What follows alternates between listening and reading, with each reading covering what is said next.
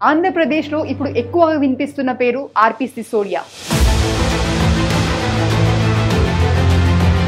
గత ప్రభుత్వ హయాంలో జరిగిన 1,500 ఎకరాల భూమాక్రమాలను నెగ్గుటల్చే పనిలో ఆయన ఉన్నారు. భూ వివాదాలు పర్మనెంట్ సొల్యూషన్ కోసం ప్లాన్ చేస్తున్నారు. వరద ప్రభావిత ప్రాంతాల సహాయక చర్యల్లో పాల్గొన్న ఆయన 3 రోజుల్లోనే పంట నష్టంపై క్లియర్ గ్రాఫ్ట్ కూడా తయారు చేశారు. ప్రతి బాధితుడికి న్యాయం జరిగేందుకు కృషి చేస్తున్నారు. అయితే వైసీపీ బ్లేమ్ చేస్తున్నట్టు ఆయన చంద్రబాబు మనిషా? అందుకే జగన్ పార్టీపై కక్ష సాధిస్తున్నారా? కూటమి ప్రభుత్వం తీరుపై సిసోడియా రియాక్షన్ ఏంటి? మదనపల్లి ఫైల్స్ ఇష్యూ అనేది ఒక కుట్ర అని అంత క్లియర్గా ఎలా చెప్తున్నారు? పదండి ఆయన అడిగి తెలుసుకుందాం. Let's go to Vijayawada.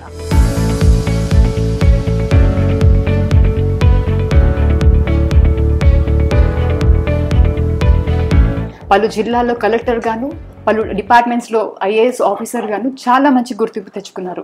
So అలాంటి డైనమిక్ ఐఏఎస్ ఆఫీసర్ తోటి ఇవాళ మన చిట్ చాట్. నమస్కారం సార్. నమస్కారం. ఎలా ఉన్నారు sir? I'm fine, thank you. Yeah, so first of all thank you so much sir for all your precious time. Welcome. So me background గురించి కొంచెం చెప్తారా సార్? మీరు ఎక్కడ పుట్టారు, ఎక్కడ పెరిగారు, మీ ఫ్యామిలీ పేరెంట్స్ గురించి? నేను ఉదయపూర్ సిటీలో పుట్టాను, రాజస్థాన్ స్టేట్. 1968లో పుట్టాను. నాకు ఒక ఎల్డర్ బ్రదర్ ఉన్నారు, మేము ఇద్దరు బ్రదర్సే. మా ఫాదర్ రాజస్థాన్ అడ్మినిస్ట్రేటివ్ సర్వీస్లో పనిచేశారు. మా మదర్ కూడా హిందుస్థాన్ జింక్లో ఎగ్జిక్యూటివ్గా పనిచేశారు. సో ఉదయపూర్లోనే నా స్టడీస్ మొత్తం జరిగినాయి. 21 ఇయర్స్లో నేను సివిల్ సర్వీసెస్ రాశాను. 22 ఇయర్స్లో నేను ఐఏఎస్ అయిపోయాను. గ్రేట్. సో మీ కాలేజ్ డేస్లో ఎలా ఉండే సార్ మీరు జనరల్లీ? అంటే వయ్యూ లైక్ జోవియల్గా ఉండేదా, స్టూడియోసా, ఎలా ఉండే సార్ మీరు? కాలేజ్లో క్లాస్కి ఎక్కువ పోయేవాడిని కాదు. నేను నెలలో 1 or 2 days క్లాస్కి పోవడం, మిగతా రోజు అన్ని ఫ్రెండ్స్తో బయట సరదాగా తిరగడం, సినిమాలకి వెళ్ళడం, హాయిగా ఉండేవాడిని. క్లాస్ నేను ఎప్పుడు అకాడమిక్ స్టడీస్ని ఎప్పుడూ సీరియస్గా తీసుకోలేదు, కానీ ఎప్పుడు క్లాస్లో టాప్ వచ్చేవాడిని. ఎగ్జామ్ ముందు జస్ట్ 2 days చదివి టాప్ అయిపోవాడిని. That's great sir. So generally ఇప్పుడు తెలుగు రాష్ట్రాల్లో మీరు ఎన్ని ఇయర్స్ అనుభవం ఉంది సార్? అండ్ మీకు తెలుగు గడ్డ, తెలుగు నేలలో ప్రజ మీకు ఎలా ఆదరిస్తున్నారు? మీ ఎక్స్పీరియన్స్ ఎలా ఉంది సార్? అయితే నేను 1991 బ్యాచ్ కాబట్టి మాకు 2 years అయితే ట్రైనింగ్ ఉంటుంది. 1 year మసూరిలో ఉంటుంది, 1 year మనకి అలాట్ అయిపోయిన స్టేట్లో మాకు ట్రైనింగ్ ఇస్తారు. సో 91 సెప్టెంబర్ నుంచి 92 ఆగస్ట్ దాకా నేను మసూరి అకాడమీలో ఉన్నాను. దాని తర్వాత I reported to state government. మాకు 1 year ఇది డిస్ట్రిక్ట్ ట్రైనింగ్ చేస్తారు. నా డిస్ట్రిక్ట్ ట్రైనింగ్ వెస్ట్ గోదావరిలో అయింది. వెస్ట్ గోదావరిలో ఏలూరులో నేను ఉండేవాడిని. కానీ మా 1 year ట్రైనింగ్లో ఏంటంటే మేము విలేజ్ అడ్మినిస్ట్రేటివ్ ఆఫీసర్ నుంచి RI, revenue inspector, MRO, RDO, అవన్నీ లెవెల్స్ ఫస్ట్ మాకు అక్కడ ఇండిపెండెంట్ ఛార్జ్ ఇస్తారు. సో అట్లా నేను కొవ్వూరులో ఆర్డిఓ ట్రైనింగ్ అవ్వడం, భీమవరంలో నాకు ఎంఆర్ఓ ట్రైనింగ్ అయింది. పోడూరు అని ఒక విలేజ్ ఉంది, అది మండల్ హెడ్ క్వార్టర్ కూడా. అక్కడ ఒక 1 month నేను గ్రామ్ చావిడిలో ఉండి, విలేజ్ చావిడిలో ఉండి, అక్కడే 1 month ఆ విలేజ్ అడ్మినిస్ట్రేటివ్ ఆఫీసర్ని గురువుగా అనుకుని ఆయన చెప్పింది అన్నీ నేను గ్రహించాను. ఎలా విలేజ్ రికార్డ్స్ రాయాలి, ఎలా అడంగల్ రాయాలి, ఎలా విలేజ్ రికార్డ్స్ ఎలా. అప్పుడు అజమాయిష్ ఉండేది, అప్పుడు క్రాప్ బుకింగ్ ఉండేది. ఇప్పుడు అంటే క్రాప్ బుకింగ్ ఉంది కానీ కొంతవరకు అగ్రికల్చర్ డిపార్ట్మెంట్ వాళ్ళు చూస్తున్నారు, కొంతవరకు ఇది ఇప్పుడు సమన్వయంతో పనిచేస్తాం. ఒకప్పుడు క్రాప్ బుకింగ్ కూడా మేమే చేసేవాళ్ళం. అప్పుడు ల్యాండ్ రెవెన్యూ కూడా ఉండేది. దాని తర్వాత కేవలం వాటర్ ట్యాక్స్ కలెక్ట్ చేయడం మొదలుపెట్టారు. సో 93లో ట్రైనింగ్ కంప్లీట్ చేసిన తర్వాత again for 2 months I reported to Mussoorie academy. అక్కడ 2 months మాది phase 3 జరిగినాక నాకు ఫస్ట్ పోస్టింగ్ పార్వతీపురంలో ఇచ్చారు, యాజ్ సబ్ కలెక్టర్ పార్వతీపురం. అక్కడి నుంచి నేను మరి స్టేట్లోనే ఉన్నాను ఎక్సెప్ట్ ఫర్ 2008 to 2014, అంటే 6 years. అప్పుడు నేను ఢిల్లీలో గవర్నమెంట్ ఆఫ్ ఇండియాలో డెప్యుటేషన్ మీద పనిచేశాను. మళ్ళీ 2014 నుంచి వచ్చిన తర్వాత స్టేట్ బైఫర్కేట్, అప్పుడే స్టేట్ బైఫర్కేట్ అవ్వడం జరిగింది. ఈ ఆంధ్రప్రదేశ్ కొత్త రాష్ట్రంగా రావడం జరిగింది. సో అప్పుడే విదిన్ 6 months మేము మళ్ళీ ఇటు విజయవాడకి రావడం, ఇక్కడ సెటిల్ అవ్వడం జరిగింది. Okay, so most of your experience Telugu రాష్ట్రాల్లోనే ఉందని చెప్పొచ్చా? మోస్ట్ ఆఫ్ ద ఎక్స్పీరియన్స్ 6 సంవత్సరాలు తప్ప మిగతా కాలం మొత్తం నేను ఇప్పుడు దాకా ఆంధ్రప్రదేశ్లో ఉన్నాను. అంటే మరి అప్పుడు యునైటెడ్ ఆంధ్ర కాబట్టి తెలంగాణలో పనిచేసాను. నేను ఆదిలాబాద్లో పనిచేశాను, నల్గొండలో పనిచేశాను. అవి ఇప్పుడు పార్ట్ ఆఫ్ తెలంగాణ అయిపోయినాయి. బట్ అదర్వైజ్ ఓవరాల్ మనం ఆంధ్రాలోనే ఉన్నాం. ఓకే, సో ఇప్పటి వరకు మీరు డిఫరెంట్ పొజిషన్స్లో డిఫరెంట్ పోస్ట్లో పనిచేశారు. సో మీకు మెచ్చిన రోల్స్ అండ్ రెస్పాన్సిబిలిటీస్ ఏంటి సార్? నాకు ట్రైబల్ వెల్ఫేర్ డిపార్ట్మెంట్ నచ్చుతుంది ఎక్కువ. నేను ప్రాజెక్ట్ ఆఫీసర్ ఐటీడీఏగా 2 ఐటీడీఏస్ రెగ్యులర్గా చేశాను.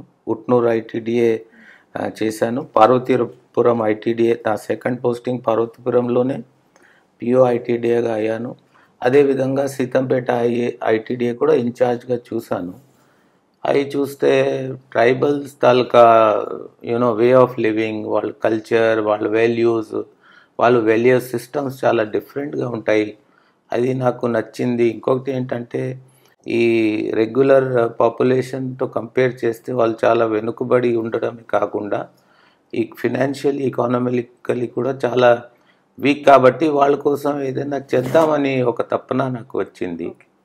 సో తర్వాత నేను రిక్వెస్ట్ చేసుకుని ట్రైబల్ వెల్ఫేర్ డిపార్ట్మెంట్లో సెక్రటరీగా పనిచేశాను, ప్రిన్సిపల్ సెక్రటరీగా పనిచేశాను, స్పెషల్ చీఫ్ సెక్రటరీగా పనిచేశాను. 3 tenures నేను యాజ్ సెక్రటరీ ట్రైబల్ వెల్ఫేర్ చేయడం జరిగింది. ఐఏఎస్ ఆఫీసర్గా కీలకమైన కలెక్టర్గా మీరు ఎక్కడ పనిచేశారు? నాకు కలెక్టర్గా, ఇన్ఛార్జ్ కలెక్టర్గా 3 months అవకాశం దొరికింది. తర్వాత నల్గొండలో 3 years నేను కలెక్టర్గా పనిచేశాను. ప్రజాస్వామ్యంలో ఒక అధికారిగా ఎలాంటి స్వేచ్ఛా స్వాతంత్రం ఉంటుంది? అండ్ విధి నిర్వహణలో మీకు ప్రీవియస్ గవర్నమెంట్లో ఆ ఫ్రీడమ్ దొరికింది అనుకుంటారా? మీరు ఏమైనా ప్రాబ్లమ్స్ ఫేస్ చేసా అంటారు? విధి నిర్వహణ అంటే ఐఏఎస్ ఆఫీసర్గా పనిచేయడం అంటే చాలా కాంప్లెక్స్ ఇష్యూ. హార్వర్డ్ యూనివర్సిటీ వాళ్ళు జాబ్ ఆఫ్ కలెక్టర్ని టఫెస్ట్ మేనేజీరియల్ అసైన్మెంట్ కింద లెక్క పెట్టారు. One of the toughest managerial assignments in the world is the job of collector.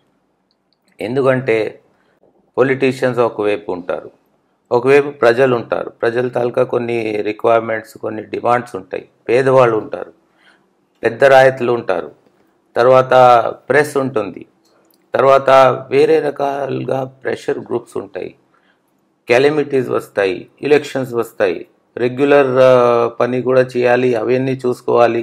ఏమైనా మేజర్ యాక్సిడెంటు, కెలమిటీ, సైక్లోన్ ఇవన్నీ జరిగితే ఒక 24 గంటలలోనే ఆ కలెక్టరు అన్ని పనులు చేసుకొని పెట్టాలి. అది కూడా ప్రజలకి అందరికీ సాటిస్ఫాక్షన్తో చేయాలంటే ఆ విధి నిర్వహణ అంటే ఒక ఐఏఎస్ ఆఫీసర్ తాలూకా పని వేరే పనులతో పోల్చి చూసుకుంటే చాలా డిఫరెంట్ ఉంటుంది. ఎందుకంటే ఒకరోజు మీరు అగ్రికల్చర్ డిపార్ట్మెంట్ చూస్తారు, ఒకరోజు ట్రైబల్ డిపార్ట్మెంట్, ఒకరోజు మెడికల్ హెల్త్ చూస్తారు, ఒకరోజు మీరు యానిమల్ హస్బెండరీ చూస్తారు, ఒకరోజు మీరు ల్యాండ్ రెవెన్యూ చూస్తారు. ఇవన్నీ సబ్జెక్ట్స్ మీద మాస్టరీ వస్తేనే తప్ప మన కింద పనిచేసేవాళ్ళు, అది అగ్రికల్చర్ ఎక్స్పర్ట్స్ కావచ్చు, అది డాక్టర్స్ కావచ్చు, మెడికల్ ప్రొఫెషనల్స్ కావచ్చు, యానిమల్ హస్బెండరీ వెటర్నరీ డాక్టర్స్ కావచ్చు, లేకపోతే చాలా దశాబ్దాల తరబడి ఒకే డిపార్ట్మెంట్లో బతుకుతున్నటువంటి వాళ్ళు కావచ్చు. కాబట్టి వాళ్ళని కంట్రోల్ చేయాలంటే మనం విదిన్ నో టైం కొత్త పని నేర్చుకోవడం, విదిన్ నో టైం వాళ్ళని కంట్రోల్ చేసుకొని నేర్చుకోవడం, అదంతా ఒక రకమైన చూస్తే ఇది చాలా ఛాలెంజింగ్ అసైన్మెంట్. అండ్ ఇలా ఇప్పుడు కొన్నిసార్లు కొన్ని గవర్నమెంట్స్లో కొన్ని స్వేచ్ఛ ఎక్కువ ఉంటుంది, కొన్నిసార్లు తక్కువ ఉండొచ్చు. అవంతా పొలిటికల్ డిస్పెన్సేషన్ మీద ఆధారపడి ఉంటుంది. కాబట్టి some times you get more freedom, some times you get less freedom. ఇలాంటి సిచ్యువేషన్స్ మా లైఫ్లో వస్తూనే ఉంటాయి. ప్రతి 5 సంవత్సరాలకి ప్రభుత్వం మారుతుంది. కానీ మేము ఇప్పుడు నాకు 38 సంవత్సరాలు సర్వీస్లో వచ్చిన తర్వాత నుంచి రిటైర్ 38 సంవత్సరాలు నేను ఇదే జాబ్లో ఉంటాను. సో అది ఒక చాలా different kind of experience.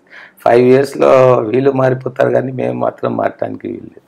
So me retirement అయిపోయాక ఇక్కడే అందరితో మాట్లాడుతూ ఇక్కడే ఉన్నాం, because you might have got associate with many bureaucrats friends చాలా మంది అయ్యే ఉంటారు. సో మీరు ఇక్కడే ఈ తెలుగు నేల మీద rest of the life spend చేద్దాం అనుకున్నారు, are you want to go back to your home town sir? Home town వెళ్ళే ప్రసక్తి అయితే లేదు, ఎందుకంటే పేరెంట్స్ ఇప్పుడు ఉన్నారు, రేపు వాళ్ళు ఉంటారని గ్యారంటీ ఏం లేదు. నేను ఉదయపూర్ విడిచిపెట్టి ఆల్మోస్ట్ 89లో విడిచిపెట్టాను, ఎందుకంటే నేను 1 year సేల్లో జాబ్ చేశాను. ఇప్పుడు నాకు అక్కడ ఫ్రెండ్ సర్కిల్ కూడా లేదు, నాకు తెలిసిన వాళ్ళు లేరు. కనీసం ఆంధ్రాలో నాకు తెలిసిన వాళ్ళు ఉన్నారు, ఫ్రెండ్స్ ఉన్నారు. నాకు మాత్రం మొత్తానికి విజయవాడ బాగా అంటే నేను లైక్ చేస్తున్నాను విజయవాడ, బికాస్ ఇక్కడ ఉండడం అంటే చాలా ఒక కంఫర్టబుల్ ఫీలింగ్ ఒకటి ఉంటుంది. ఎందుకంటే మరీ పెద్ద పట్టణాల్లాగా అక్కడ ఒక ఎనానిమిటీ లేకపోతే ఒక రకంగా మనం ఎక్కడ ఉన్నాము మనం ప్లేస్ చేయని పరిస్థితుల్లో లేము. వేర్ బీ స్టాండ్ ఒక మీడియం సైజ్ టౌన్లో, that is my personal opinion. అంటే కొంతమందికి మెట్రో సిటీస్ ఇష్టం ఉండొచ్చు, కానీ ఆ ఎక్స్పెన్షన్లో దీంట్లో somehow I don't feel comfortable. కాబట్టి నేను డిసైడ్ చేసింది ఏంటంటే ఇల్లు కొనేసుకున్నాను, ఇక్కడే ఉండిపోదామని. రిటైర్మెంట్ తర్వాత కూడా ఇప్పుడైతే అదే ప్లాన్లో ఉంది. That's so nice sir. మీకు మూగ జంతువులు అంటే కూడా చాలా ఇష్టం కదా, నేను చూసాను మీ దగ్గర పెట్స్ కానీ మీరు మెడిటేషన్ చేసే ఏరియా అవన్నీ చూసాను నేను. సో మీ దినచర్య ఎలా ఉంటుంది సార్ ఈ ఎనిమల్స్తో కానీ ఇంట్లో కానీ? యానిమల్స్ అయితే నాకు ఏమో మరి చైల్డ్హుడ్ నుంచి ఇష్టం. ఇప్పుడు ఎందుకు ఇష్టం అంటే చెప్పడం కష్టం, కానీ as a small child also నేను చిన్న కుక్క పిల్లల్ని, రోడ్ మీద ఉన్న కుక్క పిల్లల్ని, పిల్లిల్ని, వాళ్ళందరినీ నాకు ఇష్టం. నేను వాళ్ళని పెంచేవాడిని. వాళ్ళని ఎప్పుడు నేను ప్యాట్స్ లేకుండా మాత్రం నా లైఫ్లో ఎప్పుడు చిన్నప్పటి నుంచి నేను కనీసం ఒక 2-3 కుక్క పిల్లలు లేకపోతే క్యాట్స్ లేకపోతే రకరకాల యానిమల్స్ని నేను పెంచాను. కాబట్టి అది ఒక బహుశా నా బ్లడ్లోనే లవ్ ఫర్ యానిమల్స్ ఉందేమో అని నేను అనుకుంటున్నాను. దినచర్య చూస్తే ప్రొద్దున 5-5:30కి లేస్తాను. I do half an hour pranayama, half an hour of yogasanas and minimum 1 hour of meditation every day. దాని తర్వాత పనిలో పడతాం. డే మొత్తం అలా పనిలోనే గడిచిపోతాం. ఓకే, సో అందుకే మీరు ఎప్పుడు చూసినా కూడా చాలా ప్రశాంతంగా ఉంటారు. Meditation one of the reason sir. ఇంత స్ట్రెస్ఫుల్ లైఫ్లో కూడా మీరు ఫ్రీగా పని చేస్తున్నారంటే what could be the main reason? చాలామంది అదే అంటారు, సార్ మీరు అలా కూల్గా ఉంటారు ఏంటి, అసలు ఇక్కడ ఫైర్ నడుస్తుంది. ఇప్పుడు మొన్న విశాఖపట్నంలో యాక్సిడెంట్ జరిగింది, లేకపోతే వరదలు వచ్చినాయి గోదావరిలో, రేపు సైక్లోన్ వస్తుంది, రకరకాల వర్క్ ప్రెషర్స్ ఉంటాయి. ఎవరైనా because I'm looking after disaster management కాబట్టి చెప్తున్నా, రేపు రకరకాల డిమాండ్స్ ఆన్ ద జాబ్ ఉంటాయి. కానీ లక్కీగా మనం ఒక పర్టికులర్ దినచర్య పాటించడం, యోగా చేయడం, మెడిటేషన్ చేయడం అంటే మనకు మెంటల్ స్ట్రెస్ అనేది ఉండదు. లేకపోతే ఇలాంటి జాబ్స్లో 50 years ఏజ్ తర్వాత బీపీ షుగర్ లేని ఐఏఎస్ ఆఫీసర్స్ ఎత్తుక్కోవడం చాలా కష్టం. బికాజ్ మనకి ఆ ప్రెషరు మనకి తెలియకుండానే ఆ ప్రెషర్ మన బాడీ మీద ఇంపాక్ట్ చేసేసి మనకి హై బ్లడ్ ప్రెషరు, డయాబెటీస్ ఇవన్నీ ఖచ్చితంగా వచ్చే అవకాశాలు ఉన్నాయి. కాబట్టి జాబ్ని జాబ్ లాగా తీసుకోవడం, మన ఒక మంచి రొటీన్ మెయింటైన్ చేయడం, స్పెషల్లీ యోగా అండ్ మెడిటేషన్ చేస్తే ఆ జాబ్ స్ట్రెస్ని మీరు మినిమైజ్ చేయొచ్చు అని నేను అనుకుంటున్నాను. ఇప్పుడు జనరేషన్లో కూడా ఐఏఎస్ ఆఫీసర్ కావాలనుకున్న వాళ్ళు కూడా చాలా స్ట్రెస్ తీసుకుంటున్నారు. మీ జనరేషన్లో ఉన్న కాంపిటీషన్కి ఇప్పుడున్న కాంపిటీషన్కి పెరిగింది. So what is the message you want to give to the new aspirants who want to become IAS officer? A strict message. One of the most important messages that I would give is that competition పెరగలేదు, competition అంతే ఉంది. పరిస్థితులు మారిపోయినాయి. నాకు ఎవరైనా అడిగితే ఈరోజు కొంతమంది సక్సెస్ కాని వాళ్ళు బాగా కాంపిటీషన్ ఉంది, మీ టైంలో మీరు అలా కొట్టేశారు కానీ ఇప్పుడు అలా కష్టం అంటే అది కాదు. ఈరోజు మా టైంలో మేము రాసేటప్పుడు మాకు మొబైల్ ఫోన్స్ ఉండేది కాదు, పేజర్స్ ఉండేది కాదు, ఇంటర్నెట్ ఉండేది కాదు. టీవీలో కేవలం అది నేషనల్ ఛానల్ ఒకే దూరదర్శన్ వచ్చేది. ఈరోజు వికీపీడియా, గూగుల్, మీకు ఏది కావాలన్నా ఇమీడియట్గా మంచి తెలుసుకోవచ్చు. ఆ రోజులో ఒక్క పర్టికులర్ క్వశ్చన్కి ఆన్సర్ ఎతకాలంటే లైబ్రరీలో పోతే బుక్ దొరకదు, టీచర్కి అడిగితే టీచర్కి తెలియదు, పేరెంట్స్కి అడిగితే పేరెంట్స్కి తెలియదు, ఎవరికి అడగాలని తెలియదు. ఈరోజు వికీపీడియా వచ్చింది, గూగుల్ తల్లి వచ్చింది, అన్నీ చెప్పేస్తుంది గూగుల్ తల్లి. ఆ రోజు చెప్పేవాళ్ళు ఎవరు లేరు. ఆ రోజు అసలు ఎత్తుక్కోవడానికి ఢిల్లీ ఎతికి అక్కడి నుంచి పుస్తకాలు తేవడం జరిగింది. So I compare this argument with an argument. నల్గొండలో నేను కలెక్టర్ ఉండేటప్పుడు సింగిల్ రోడ్ ఉండేది. నల్గొండ హైదరాబాద్ మధ్యన డిస్టెన్స్ 100 కిలోమీటర్స్. అప్పుడు 100 కిలోమీటర్స్, ఈరోజు 100 కిలోమీటర్స్. ఆ రోజు సింగిల్ రోడ్ అంబాసిడర్ వెహికల్. ఈరోజు మర్సిడీస్ 6 లేన్ రోడ్. ఆ రోజుల్లో 2 ఇయర్స్లో పోయేవాడు, ఈ రోజుల్లో 1 అవర్లో 2 అవర్స్లో పోయేవాడు 1 అవర్లో పోవచ్చు. కాంపిటీషన్ పెరిగిందా, సిచ్యువేషన్ మారిందా?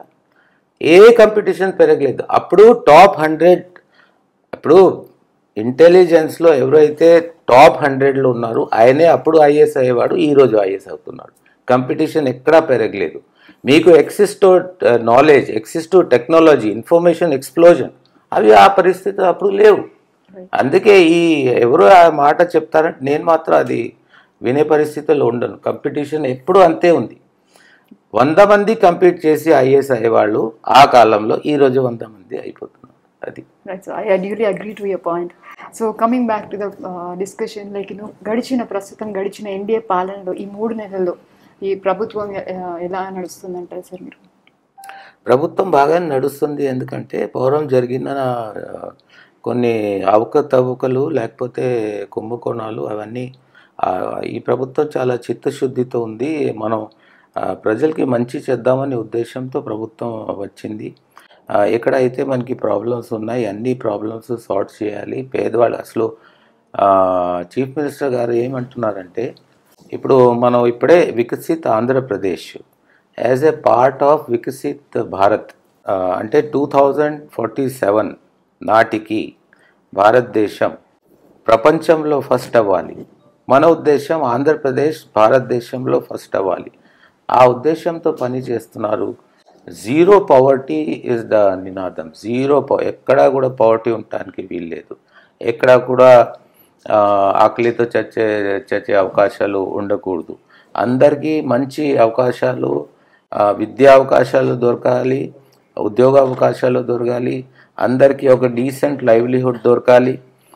లేని వాళ్ళకి ప్రభుత్వం మొత్తం వాళ్ళకి హెల్ప్కి రావాలి అని ఈ ప్రభుత్వ చిత్తశుద్ధితో పనిచేస్తుంది.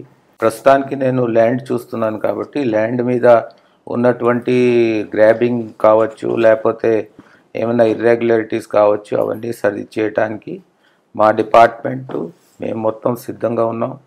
వచ్చే కాలంలో వచ్చిన ప్రాబ్లమ్స్ అన్నిటినీ సార్ట్ అవుట్ చేసుకుంటూ పోతాం.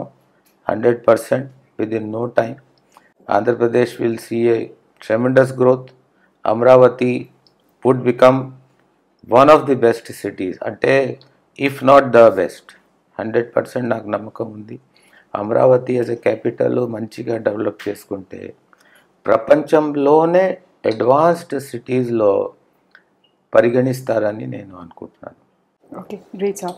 సో జనరల్ టాక్ ఏంటంటే ఆర్పి సిసోడియా గారు చంద్రబాబు నాయుడు గారి మనిషి అని విన్నాము. అది నిజమా? నిజమైతే మీ చంద్రబాబు గారితో మీ అసోసియేషన్ ఎలా ఉంది సార్? అంటే ఇప్పుడు అట్లా బ్రాండ్ చేసే పరిస్థితి నాకైతే కనపట్లేదు. ఎందుకంటే ఒకప్పుడు చంద్రబాబు నాయుడు గారితో కూడా అప్పుడు విభేదాలు రావడం నిజమే. కానీ అంకిత్ భావంతో పనిచేసే వాళ్ళని ఆయన ఫైనల్గా గ్రహిస్తారు, ఎక్నాలెడ్జ్ చేస్తారు అని మాత్రం నాకు తెలిసిన విషయం.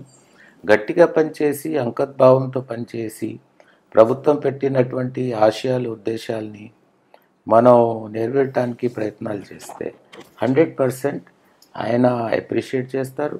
ఓవరాల్గా నేను చెప్తే ఎవరు మనిషి కాదు ఆ ముద్ర నా మీద పడితే ఈ పాస్ట్ 5 సంవత్సరాల నుంచి ప్రీవియస్ అంటే 14 నుంచి 19లో నేను చేసినటువంటి పోస్ట్ డెసిగ్నేషన్ చూసుకుంటే అప్పుడు బాగానే ఉన్నాయి, అప్పుడు బాగా లేవు. కాబట్టి అది అలాంటి మాత్రం చెప్పడానికి అది నేను మాత్రం ఒప్పుకునే పరిస్థితిలో లేను. సార్, మీరు గవర్నర్కి కూడా సెక్రటరీగా చేశారు కదా. సో గడిచిన గవర్నమెంట్లో పలు హోదాల్లో పనిచేయడం ఎలా ఉంది, అండ్ గవర్నర్కి సెక్రటరీగా చేయడం ఎలా అనిపిస్తుంది సార్? గవర్నర్కి సెక్రటరీగా నేను ఆల్మోస్ట్ 2 years చేశాను. నాకు మాత్రం అక్కడ చాలా సాటిస్ఫాక్షన్ ఉంది. ఎందుకంటే నేను అప్పుడు ఉన్న గవర్నర్ గౌరవనీయులైన విశ్వభూషణ్ హరిచందన్ కింద as a special chief secretary పనిచేశాను. ఆయన ఒక స్టేట్స్మెన్, ఆయన్ని పొలిటీషియన్ చెప్పడానికి వీల్లేదు. ఆయన ఏజ్ కూడా బాగా ఎక్కువ ఉంది. చాలా డీసెంట్గా డిగ్నిఫైడ్గా ఏ కంట్రవర్సీలు లేకుండా మనం చెప్పింది అంటే sir this is the situation, ఇలా చేస్తే బాగుంటుందంటే అలా వింటారు, కరెక్ట్గా నిర్ణయాలు తీసుకుంటారు. కాబట్టి ఆ 2 years నాకు బాగానే జరిగింది. సో సార్, మీరు 2019లో ఎలక్షన్ కమిషనర్గా చేశారు. ఎలక్షన్ కమిషనర్గా చేయడం అంటే ఈజీ టాస్క్ కాదు. చాలా రెస్పాన్సిబిలిటీస్ ఉంటాయి, చాలా గొడవలు జరుగుతాయి. సో మీరు దాన్ని ఎలా హ్యాండిల్ చేస్తారు సార్? ఇండియాలో ఎలక్షన్స్ అంటే ఒక పెద్ద ఛాలెంజ్ కింద తీసుకోవాలి. ఎందుకంటే స్టేక్స్ ఆర్ వెరీ హై. అందరూ మేమే గెలవాలని అనుకుంటారు. దాంట్లో లా అండ్ ఆర్డర్ ప్రాబ్లమ్స్ వస్తాయి, కొన్నిసార్లు గొడవలు జరుగుతాయి, కొన్నిసార్లు మనీ అండ్ మసల్ పవర్తో ఇన్ఫ్లుయెన్స్ చేస్తున్నారు ఓటర్స్ని, అలాంటి ఇష్యూస్ వస్తాయి. తర్వాత మనం పొలిటిక్స్కి గవర్నెన్స్కి కూడా అతీతంగా ఉండి పనిచేయాలి. ఎందుకంటే సపోజ్ గవర్నమెంట్ ఒక పాలసీ కానీ స్కీమ్ అనౌన్స్ చేస్తుంది, అది వయలేషన్ కింద ఉంటే కోడ్ ఆఫ్ కండక్ట్ కానీ ఓటర్స్ అంటే అప్పుడు మనమే ఇలా చేయడానికి వీల్లేదని చెప్తాము.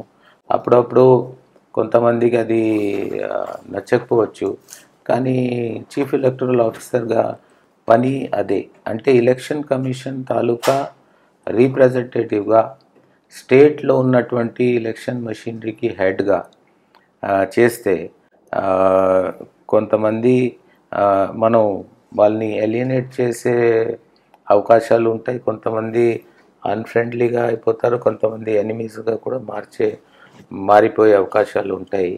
అది ఒక చాలా ఇంపార్టెంట్ బ్యాలెన్సింగ్ యాక్ట్గా తీసుకుని వెళ్ళాలి. కొద్దిగా ఛాలెంజింగ్ అసైన్మెంట్ అది. సో రైట్ నౌ రాష్ట్రంలో ఒక సంచలనంగా మారిన మదనేపల్లి రెవెన్యూ రికార్డ్స్ గురించి మాట్లాడంటే, అంటే జనరల్లీ 22A ల్యాండ్స్ అంటే ఏంటి సార్? 22 అంటే 22 is a section in the registration act. ఆ సెక్షన్ని beginning of this century introduce చేయడం జరిగింది. ఆ సెక్షన్ లేనప్పుడు ఎవరైనా ఏ భూమిని కూడా రిజిస్ట్రేషన్ చేయొచ్చు. Section 22A(1) of the Indian registration act దాని ప్రకారంగా ఏంటంటే దాంట్లో మళ్ళీ 5 కేటగిరీస్ ఉంటాయి. 22A(1)లో ABCD 5 టైప్స్ ఆఫ్ ల్యాండ్స్. ఈ 22Aలో ఎప్పుడైతే జాబితాలో మనం రాసామో ఆ ల్యాండ్స్ మీద రిజిస్ట్రేషన్ జరిగే అవకాశాలు లేవు. రిజిస్ట్రేషన్ డిపార్ట్మెంట్స్ ఆ ల్యాండ్స్ మీద రిజిస్టర్ చేస్తే వాళ్ళ మీద చర్యలు ఉంటాయని కూడా ఉంది. అంటే 22Aలో ఎంటర్ అయిపోయిన తర్వాత ఆ ల్యాండ్ మీద ఏ రకమైన ట్రాన్సాక్షన్స్ జరగటానికి వీల్లేదు. సో గత ప్రభుత్వంలో 22A భూములని చాలామంది అన్యక్రాంతం చేశారన్నారు. So as per your investigation ఎన్ని ఎకరాలు అన్యక్రాంతం అయి ఉన్నాయంటారు? 22A మెనిపులేషన్ జరిగింది. ఇప్పుడు యాజ్ ఐఎమ్ సెయింగ్ 22Aలో ఉన్నటువంటి భూములు ఉన్నంతకాలం దాకా వాటిని రిజిస్ట్రేషన్ చేయటానికి వీల్లేదు. అయితే కొన్ని భూములు 22A నుంచి తీసేయడం జరిగింది, మళ్ళీ పెట్టడం జరిగింది. కొన్ని లేని భూములను పెట్టడం జరిగింది, కొన్ని ఉన్న భూములను తీసేసి దాని మీద రిజిస్ట్రేషన్ చేయడం జరిగింది. ఇవన్నీ జరిగినాయి ప్రీవియస్ 5 yearsలో. మీ ప్రాథమిక విచారణలో నిజంగానే అక్కడ షార్ట్ సర్క్యూట్ జరిగి ఉంటుందంటారా, లేకపోతే ఏదైనా పొలిటికల్ అజెండాగా జరిగిందంటారా సార్? షార్ట్ సర్క్యూట్ జరిగే అవకాశమే లేదు. నేను ఎంక్వైరీ చేశాను. షార్ట్ సర్క్యూట్ అయితే ఒక 2 ఫ్యూజ్ ఇలా వైర్స్ తగిలి మొత్తం కాలిపోతాయి. ఇమీడియట్గా ద మీటర్ 0కి వచ్చేయాలి. కానీ అక్కడ అలా జరగలేదు. 11:30కి ఫైర్ యాక్సిడెంట్ అయింది.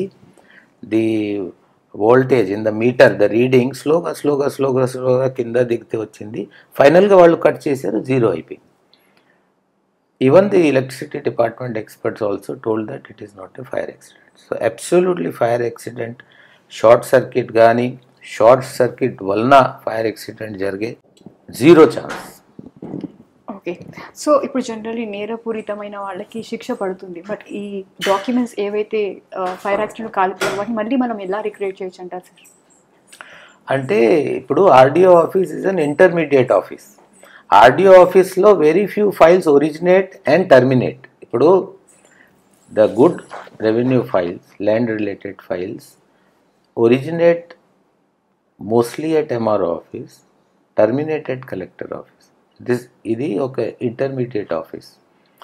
కాలింది అంటే కొన్నిసార్లు ఏమవ్వచ్చు అంటే ఇక్కడి నుంచి ఒరిజినేటే కాలేదు, ఇక్కడి నుంచి టర్మినేటే కాలేదు, అక్కడే ఫైల్స్ క్రియేట్ చేసి అక్కడ పెట్టారేమో అని మాకు డౌట్ వచ్చింది, అవే తగలు పెట్టారని మాకు డౌట్ వచ్చింది. జనరల్లీ ఈ మదినేపల్లి రెవెన్యూ రికార్డ్స్ దగ్ధం ఎందుకు జరిగింది sir? What is the agenda behind doing this? అదే నేను చెప్తున్నా కదా, కొన్ని ఫైల్స్ అక్కడ ఉన్నటువంటి ఫైల్స్ అన్నీ 22A అసైన్డ్ ల్యాండ్కి సంబంధించిన files. So originate terminate place నుంచి ఒరిజినేట్ కానివి, టర్మినేషన్ పోయి టర్మినేట్ కానివి ఫైల్స్ ఏమైనా ఇక్కడ క్రియేట్ చేసి అవంతా బయటికి వస్తాయేమో అని భయంతో దాన్ని కాల్చి పెట్టారని మాకు డౌట్ వచ్చింది. ఓకే, రాష్ట్రంలో టోటల్లీ లక్షల ఎకరాల భూములు ఫిర్యాదులు వస్తున్నాయి కానీ కబ్జా అయినట్టుగా తెలుస్తుంది. సో 5 years టర్మ్ అనేది అన్ని ల్యాండ్స్ని రెవెన్యూ శాఖకి మళ్ళీ రిక్రియేట్ చేయడానికి సరిపోతుందంటారా? రిక్రియేట్ కానీ మళ్ళీ తెలుసుకోవడానికి సరిపోతుంది? ల్యాండ్లో కబ్జా ఒకటే కాదు, కబ్జా అంటే ఒక గ్రాబింగ్, బట్ ఎలియనేషన్ ఉంటుంది, అసైన్మెంట్ కండిషన్స్ వయలేషన్ చేయడం జరుగుతుంది. 22A నుంచి తీసేయడం అంటే land grabbing, assigned lands manipulation, 22A manipulation, assign ల్యాండ్స్ని ఎలిజిబుల్ కాకుండానే అన్యాక్రాంతం చేయడం, ఇలాంటివి జరిగినాయి. సో టోటల్ ఎక్స్టెంట్ చూస్తే 13 లక్షల ఎకరాలు భూమిలు అసైన్డ్ ల్యాండ్స్ ఫ్రీ హోల్డ్ చేయడం జరిగింది. ఫ్రీ హోల్డ్ అంటే అర్థం ఏంటంటే అవి 22A నుంచి తీసేయడం జరిగింది. 20 years తర్వాత అమ్మొచ్చు అని ఆ యాక్ట్లో కూడా అమెండ్మెంట్ చేయడం జరిగింది. 2022లో ఒక యాక్ట్ 9/77 నుండి దాన్ని 22లో అమెండ్ చేశారు. ఒరిజినలీ డీ పట్టా భూములు ఎప్పుడూ ఎవరికి అమ్మటానికి వీల్లేదు, కేవలం తరతరాలుగా పిల్లలకి మనవరాలకి పోయే భూమి అది. కానీ అది అమెండ్ చేయడం జరిగింది. తర్వాత ఫ్రీ హోల్డ్ మీద ఒక జియో ఇచ్చారు 596, దాన్ని బట్టి 13 lakh acres ఫ్రీ హోల్డ్ అయినాయి. వాటిలో 25,000 acres చేతుల్లో మారినాయి, అంటే రిజిస్ట్రేషన్ జరిగినాయి. ల్యాండ్ మాఫియాలో కొంతమంది రెవెన్యూ అధికారులు శాఖలో చాలామంది కుమ్మక్కయ్యి మొత్తం కబ్జా చేసినట్టుగా తెలుస్తుంది, ఆథరైజ్డ్ కానీ ఇన్ఆథరైజ్డ్ ల్యాండ్స్ని కానివ్వండి. సో ఇలాంటి వాటిపై గవర్నమెంట్ ఎలాంటి చర్యలు తీసుకుంటుంది? అది మళ్ళీ తిరిగి గవర్నమెంట్కి ఇస్తుందా, అంటే ఎలా ఉంటుంది సార్? నేను అనేది అదే కదా, 13 లక్షలు ఫ్రీ హోల్డ్ అయింది, 25,000 దాంట్లో రిజిస్ట్రేషన్స్ అయినాయి. ఇవి అంటే ఏమైనా డైరెక్ట్ ఎన్క్రోచ్మెంట్ అయితే అవి ఇమీడియట్గా ఎంఆర్ఓ కానీ ఆర్డీఓ కానీ తీసేయవచ్చు. ల్యాండ్ గ్రాబింగ్ అయితే ఇప్పుడు కొత్త ప్రభుత్వం కొత్త చట్టం కూడా తీసుకురాబోతుంది. యాంటీ ల్యాండ్ గ్రాబింగ్ లా తీసుకొచ్చి జైల్ సెంటెన్స్ కూడా దాంట్లో పెట్టడం జరిగింది. బెయిల్ లేకుండా కూడా ల్యాండ్ గ్రాబింగ్ యాక్ట్లో వస్తుంది. తర్వాత ఎవరైనా వాళ్ళ దగ్గర ఉన్న ఆస్తులు ఎక్స్ప్లెయిన్ చేయలేకపోతే అవి కూడా నువ్వు ల్యాండ్ గ్రాబ్ చేశాను అజ్యూమ్ చేయడం అని ప్రిజ్యూమ్ చేయడం అనేది కూడా ఆ యాక్ట్లో ఆ చట్టంలో ఒక భాగం. అది కూడా త్వరగా ఆంధ్రప్రదేశ్లో తీసుకురాబోతున్నాం. Generally on the same note like revenue records ఎప్పుడైతే డిస్ట్రాయ్ చేశారో అప్పుడు దానికి రిలేటెడ్ ఆఫీసర్స్ని సస్పెండ్ చేశారు, కానీ దాని వెనుక కూడా చాలామంది హస్తం ఉందని తెలుస్తుంది. సో అలాంటి వాళ్ళని మీరు ఎలా గుర్తిస్తారు? వాళ్ళకి ఏమైనా శిక్ష ఉంటుందా సార్? అది సిఐడికి ఎంక్వైరీ. ఇప్పుడు మనం చేసింది రెవెన్యూ పరంగా ఏం అవ్వచ్చు, ఏం కారణాలు, ఎవరెవరు బాధితులు అని మనం గుర్తించుకున్నాం, ముగ్గురిని సస్పెండ్ చేసాం, అయిపోయింది. But the larger angle criminal conspiracy, criminal angle అయ్యంతా ఇన్వెస్టిగేట్ చేసేది సిఐడి.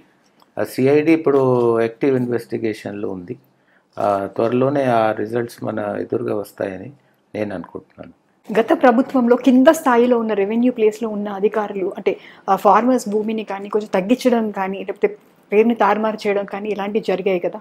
సో ఈ టాక్ బాగా నడుస్తుంది, దాన్ని మీరు ఎలా కరెక్ట్ చేస్తారు సార్? మనం పైనుంచి ఒక క్లియర్ కట్గా డైరెక్షన్స్ ఇచ్చి, అయ్యా మీరు అవకతవకలకి పాల్పడితే శిక్ష పడుతుందని క్లియర్ కట్గా చెప్పగలిగితే అన్నీ అక్కడికక్కడే ఆగిపోతాయి. ఇప్పుడు ప్రభుత్వం ఎట్లాగా 3 నెలల దాకా ఏ ల్యాండ్ని ఏ కేటగిరీ నుంచి వేరే కేటగిరీ పెట్టడానికి వీల్లేదు, A22A నుంచి తీయటానికి వీల్లేదు, ఏ రకమైన రిజిస్ట్రేషన్ కూడా ఇలాంటి భూముల మీద ఫ్రీ హోల్డ్ మీద జరగటానికి వీల్లేదని చెప్పడం జరిగింది. ఆగిపోయినాయి. అప్పుడు ఎంకరేజ్ చేసి ఇర్రెగ్యులారిటీని ఎంకరేజ్ చేస్తే ఇప్పుడు జనరల్గా ఈ కింద స్థాయిలో మండల్ లెవెల్లో పనిచేసే వాళ్ళు ఏంటంటే వాళ్ళు పెద్దవాళ్ళ మాట వింటారు. సో అలా ప్రీవియస్గా జరిగింది, కానీ ఇప్పుడు అవి జరగటానికి వీల్లేదు, జరగదు కూడా. పాత పూర్వంలో జరిగింది ఎలా మనం సరి చేయాలనేది మాత్రం పెద్ద ప్రశ్న.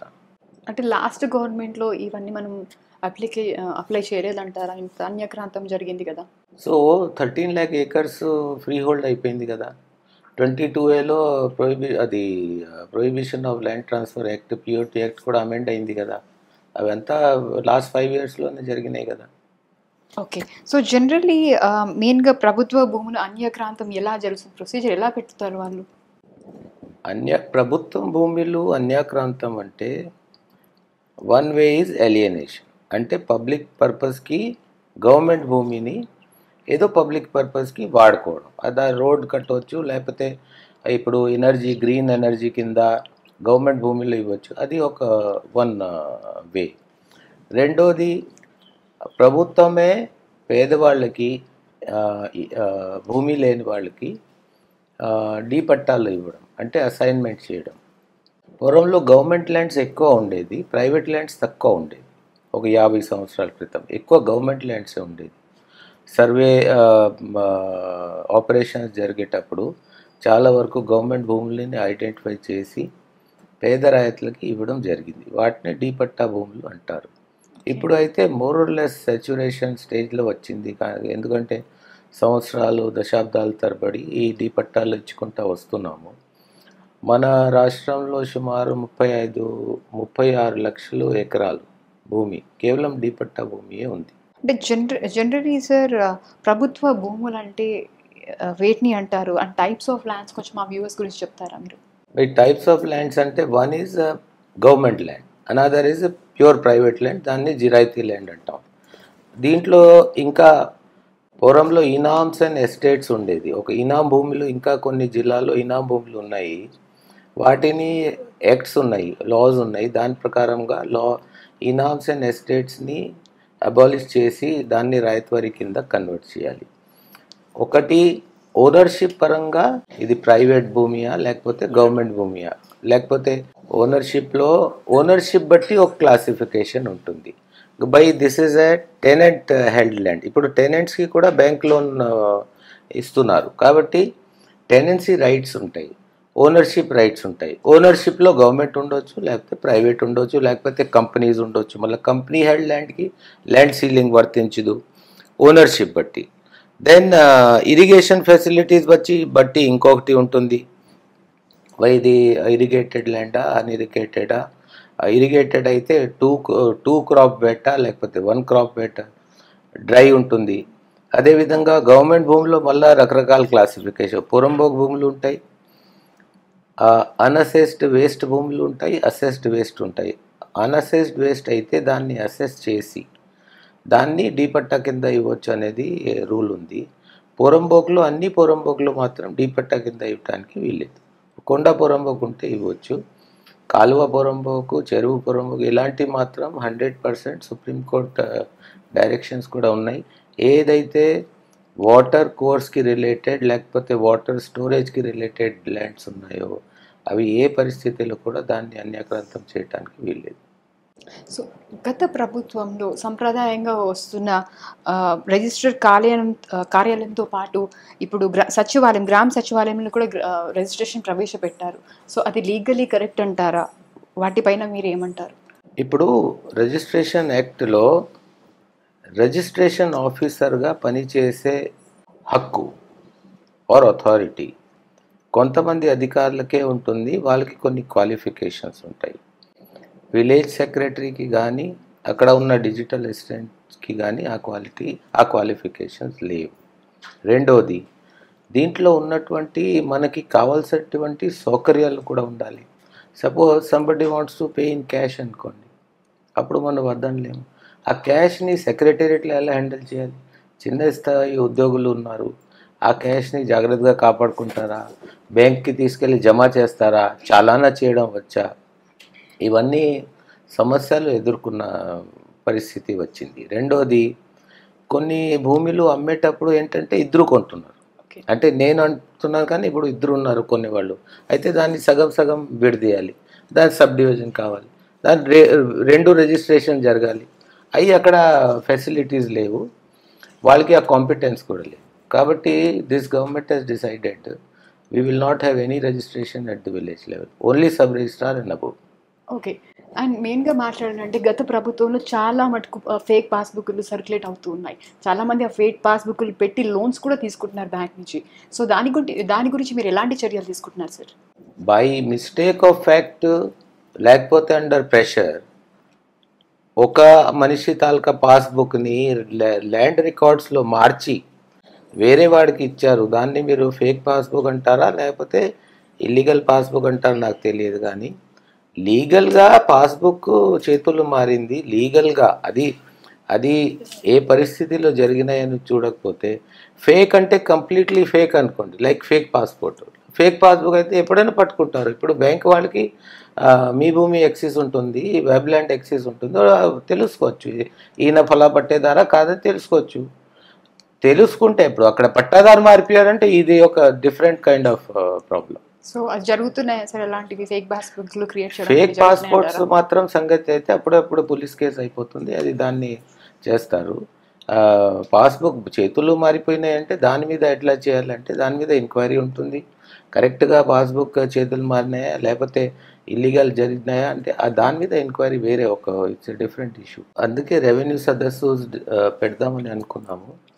45 days రెవెన్యూ సదస్సు పెట్టి ఎక్కడ అయితే ఇలాంటి సందర్భాలు ఉన్నాయి, ఒక nodal officer along with MRO, mandal surveyor, sub registrar, related సిబ్బంది అందరూ వెళ్ళి గ్రామంలో గ్రామ సభ పెట్టి ఆర్ఓఆర్ అంటే రికార్డ్ ఆఫ్ రైట్స్ చదివి వినిపించి తర్వాత వాళ్ళ దగ్గర నుంచి పెటిషన్స్ తీసుకుంటారు. ఆ అన్ని పెటిషన్స్ని ఒక సెపరేట్ మనకు ఉన్న సాఫ్ట్వేర్లో ఒక సెపరేట్ విండో క్రియేట్ చేసి సిటిజన్ గ్రీవెన్స్ రిడ్రెసల్ పోర్టల్ ఏదైతే ఉందో ఓన్లీ రెవెన్యూ సదస్సు రిలేటెడ్ పెటిషన్స్ని దాంట్లో ఎంటర్ చేసి దాని మీద ఎంక్వైరీ చేసి యాక్షన్ తీసుకోవడం జరుగుతుంది.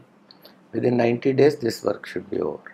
ఇప్పుడు ఫోటోని ఆర్థోగ్రాఫికలీ కరెక్ట్ చేసి దాని మీద ల్యాండ్ పార్సల్స్ది మ్యాప్ రెడ్లో పెట్టేసి జియో రెఫరెన్సింగ్ చేస్తున్నాం.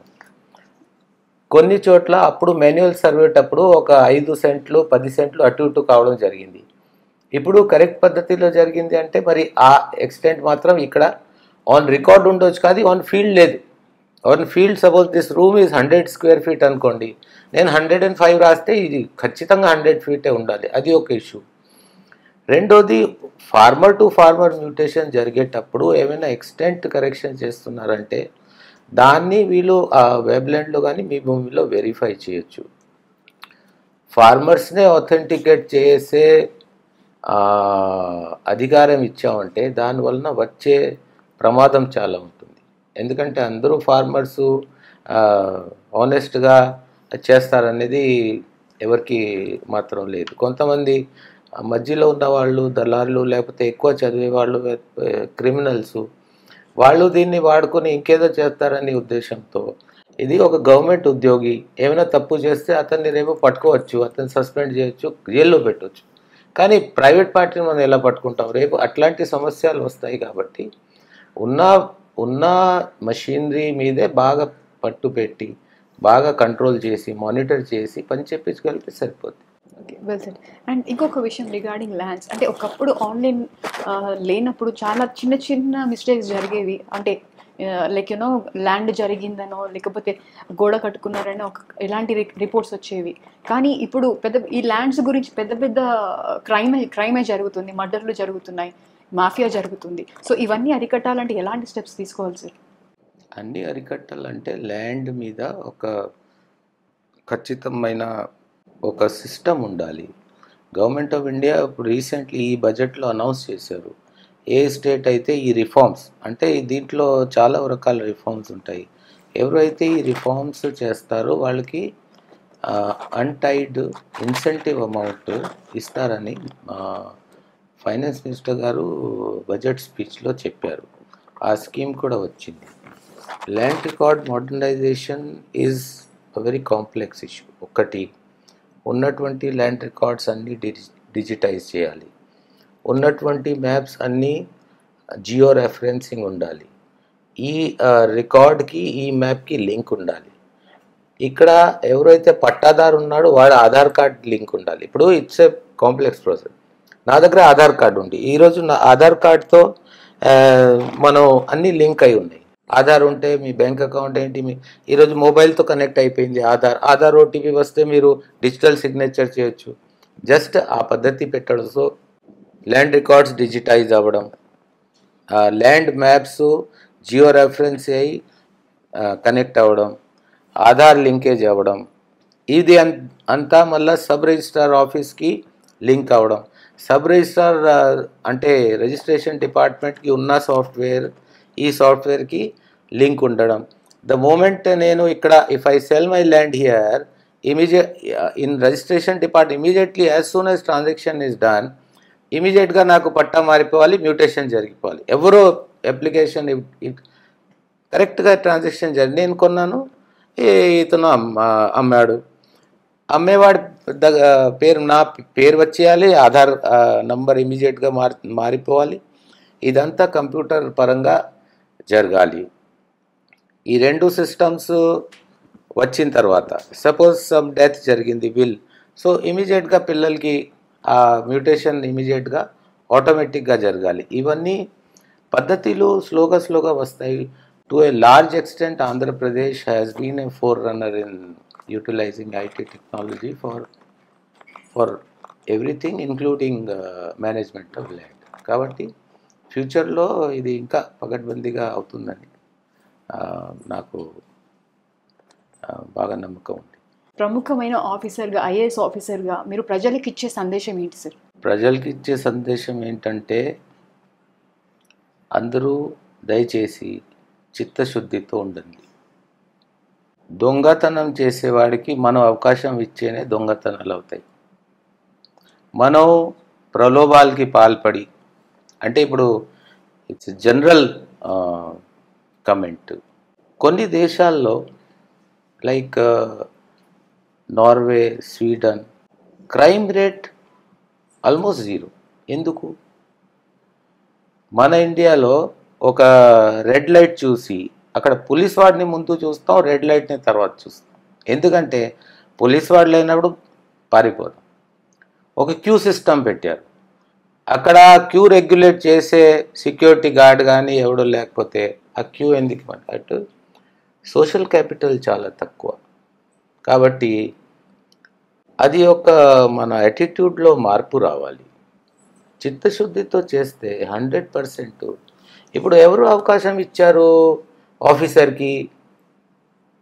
ఎవరు పోయి లంచం ఇస్తాను కదా వాడు పని చేస్తాడు. లంచం లేనిది ఎందుకు పని చేస్తాడు? సో ఎవరు ఎంకరేజ్ చేశారు? తల్లిదండ్రులు ఈరోజు పిల్లలకి ఏం పాఠాలు చెప్తున్నారు? నువ్వు పోయి మంచి మార్కులు సంపాదించుకో, కావాలంటే చిట్ తీసుకెళ్ళు, కావాలంటే మొబైల్ ఫోన్ తీసుకెళ్ళు. అది ఏమైనా చెప్పాల్సిన పనియా? నేను ఓవరాల్ ప్రజలకి చెప్పింది ఒకటే, ఎప్పుడైతే అందరూ చిత్తశుద్ధితో ఉంటారో అప్పుడు ఏ క్రైమ్ ఉండదు, ఏ ఇల్లీగాలిటీ ఉండదు, ఏ కరప్షన్ ఉండదు. కానీ అప్పుడు దాకా మనం దీన్ని ఎలా ఎదుర్కోవాలని ఇలా మనం అందరం దానికోసం పకడ్బందీగా కలిసికట్టుగా అందరూ పనిచేయాలి. ఈ రాష్ట్రం బాగుపడాలి, ఈ రాష్ట్రం బాగా ప్రగతి చెందాలి, వికసిత ఆంధ్రప్రదేశ్ లాగా పేరు పొందాలి. జీరో పవర్టీ అనే నినాదం మాత్రం ఏదైతే ఆనరబుల్ చీఫ్ మినిస్టర్ గారు ఇచ్చారో ఆ జీరో పవర్టీ రాష్ట్రంగా నిలబడాలని అందరికీ కోరుకుంటున్నాను. ఇప్పుడు జనరల్లీ ఆంధ్రప్రదేశ్లో తీసుకుంటే చంద్రబాబు గారి గవర్నమెంట్ వచ్చాక ఇన్ఫ్రాస్ట్రక్చర్ డెవలప్మెంట్ అనేది ఎంత జరుగుతుంది, ఎంత ఫాస్ట్గా జరుగుతుంది సార్? విదిన్ 5 years మనం ఆంధ్రప్రదేశ్ని ఎలా చూడొచ్చు సార్? జరుగుతుంది. పంచాయత్స్కి ఆల్రెడీ ఇప్పుడు పంచాయత్స్కి వచ్చిన డబ్బులు అప్పుడు దాన్ని డైవర్ట్ చేయడం జరిగింది. పంచాయత్కి ఇప్పుడు నిధులు వెళ్తున్నాయి.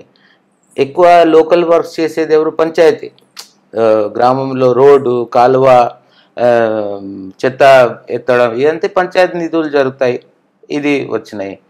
ఆల్రెడీ రోడ్స్ రిపేర్కి ఆల్రెడీ ఆర్డర్స్ ఇచ్చేయడం జరిగింది. గవర్నమెంట్ నుంచి రావాల్సినవి ఏవేవైతే ఉన్నాయో అవన్నీ కూడా రాబట్టుకుని మన ఆదాయం పెరగాలంటే దానికోసం మా రిజిస్ట్రేషన్ డిపార్ట్మెంట్లో కూడా మేము పెంచుకుంటా పోవాలి. అన్ని డిపార్ట్మెంట్ ఒకటి మనకి ఆదాయం పెరగాలి, రెండోది మనకి ఎక్కడైతే అనవసరం ఖర్చులు ఉన్నాయి అవి తగ్గాలి.